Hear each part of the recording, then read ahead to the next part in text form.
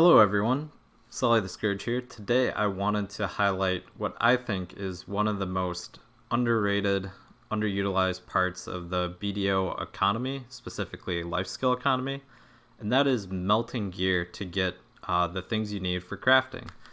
Whether it be traces for alchemy, on Xbox draughts are just coming out tomorrow, are different ores, different crystals for gear, boats, whatever you're trying to do in life skilling. A lot of times you can get it cheaper and faster than pre-ordering or going out and collecting it yourself by melting gear. It does require a little bit of a processing level. I would recommend trying to get your processing to master. I'm at master 14, but in this video I'm going to show you guys basically what you can expect via processing. I'm going to do two different sample sizes of 20 on two different items here. So the first one I'm going to do is titanium shards, which I need for jade coral ingots because I'm currently working on my boat, right? So I've already got 20 coral that I need, but I need these melted titanium shards, and a lot of them. Here I'll show you guys my boat processing. I've already made the sailboat, working on the battleship basically out here. And so the event for jade coral ingots is just ending, and I need to basically make them.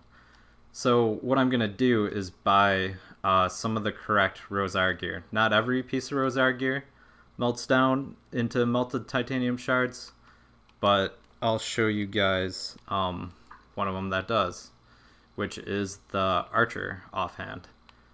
So we're going to buy 20 of these off the market. Let's just place it here. You can always check what melts down into what. You got to buy in increments of 10. So you can always check what melts down into what via the crafting tab. Once you kind of do it enough, you just kind of remember what items kind of melt down into what specific things. But we basically spent 600,000 silver there, so I'm going to write that down. And I'm going to grab them out of my very, very messy storage once I can find them. Gear should be a little bit above the crystals. So here's the 20.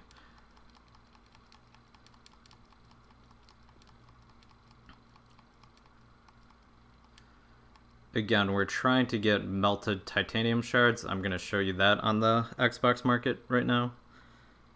Titanium. So there's actually a bunch. Somebody must have just listed a bunch. But they're 10,000 each, so could just buy them out, or we could try to make them ourselves. So let's craft. Go to heating and start heating these. So again, we paid 600,000, and the goal is to basically get enough melted titanium and other stuff where the other stuff pays for what we spent, and we basically get to keep the melted titanium shards for free on a sample size of 20. So here we're getting 7, 8. Again, they were about 9. They were 9,000 each on the market. So, you know,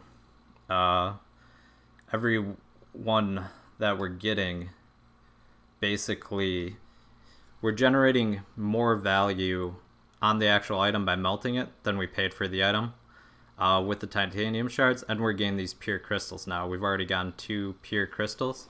So let's look up the price of the pure crystals, because the hope at the end is that we can sell back the pure crystals and keep the melted titanium shards to profit, and then it's like we never paid anything. So we're up to 3 pure crystals. I'm just going to go in the CM because it's going to keep kicking me out of my items while we're doing this. But let's look up Van. You can see they're actually really expensive. So we only paid a total of 600,000 for this. So we only need 3 pure vanadium crystals to basically pay off everything we spent, right? And we've already got over 3. I've done this before. It's a really nice way of just kind of getting what you need for free. You know, you can do a bunch of it at once and just sit here and process.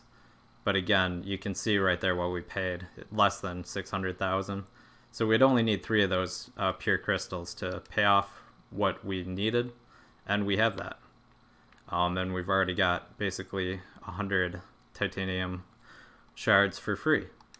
And then we can use this to basically craft our boat. So let's see how many actual things we have left to melt. We still have 4 to melt. So let's melt them. And it really comes down to where the price points are. I'm going to do a lot of this processing before the new class comes out. The Hessashin class is coming out, which basically means usually the price of all the weapons go up because people pre-order them and the weapons are kind of all tied together. You know, when they jump up on the market, all of them jump up on the market. So a new class usually creates more demand for weapons, which drives these prices up. But a lot of times you can find these gaps in the market where processing stuff actually generates profit.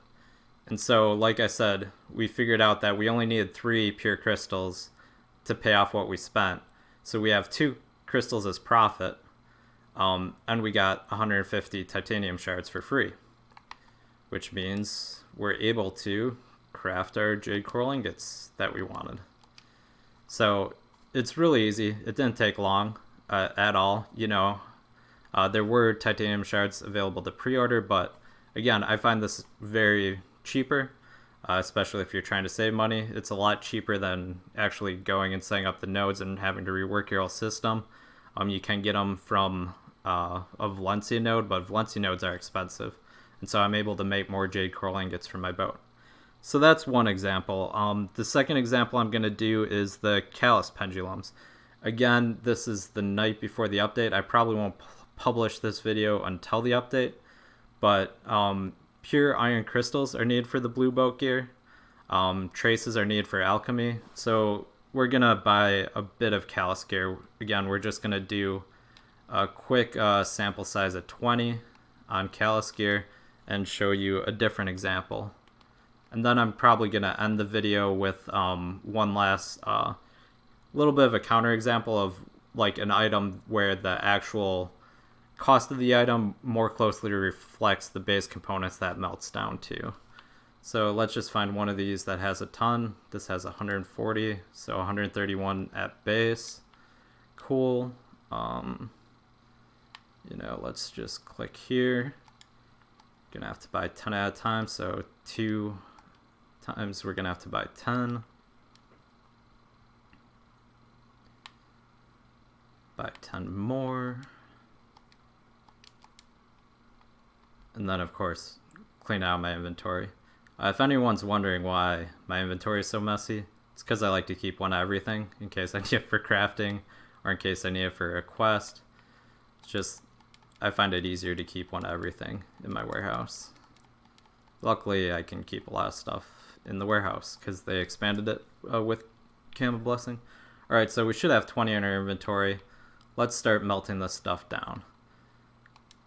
So again, the reason why I want to melt this for my personal use and my crafting needs right now are I want pure iron crystals for crafting the new boat parts. So let's open the CM and see what pure iron crystals are going for.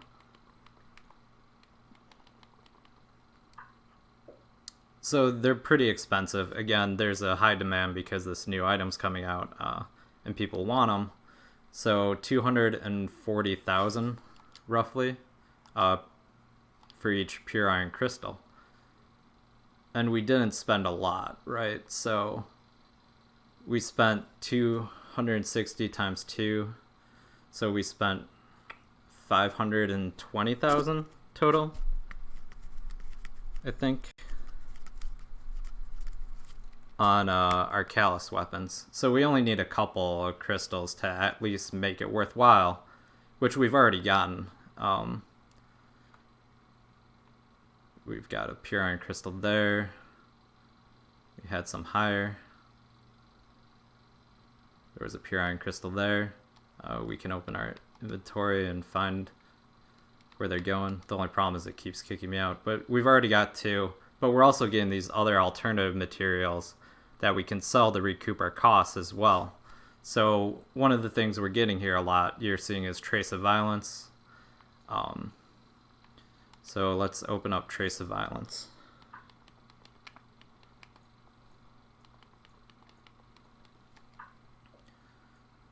So there's 0 registered. I don't know if people are buying it up for Alchemy. People are buying it at 23,000 a piece. Again, droughts are coming out, so there's more demand on these traces and these ingredients. So basically 10 would be 230,000. 20, roughly like 25 would basically pay off our investment. Again, we didn't spend that much on this stuff. We spent 520,000 total purchasing our callous stuff. So it doesn't take that many traces of violence to actually start paying our stuff back. And we're already up to 37. I'll pull out my calculator quick, but the goal is basically to generate enough trace of violence so I can sell that back to the market and basically get to keep my pure iron crystals for free. And I never had to mess around with the alchemy. I never had to mess around with the metal solvents. I just got my pure iron crystals already. I never had to actually... Well, you're kind of spending money, but you're getting it back, so it doesn't really make that big a difference. So 23,000 times, let's see where we're at. We actually just stopped. So times 46 equals 105,000. So we got not quite there, but we generated so many pure iron crystals that it's well worth our time. And we also got the melted shards too. I actually misdid that. So they're 23,000 times 46.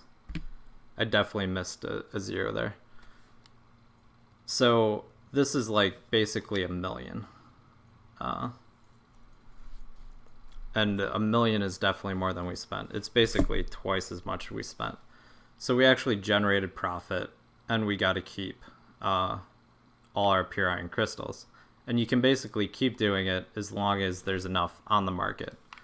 So I hope that kind of showed you what a good processing level can do to help you with that. I'll show you one last example where it more closely matches, and that's like on this Seleth gear.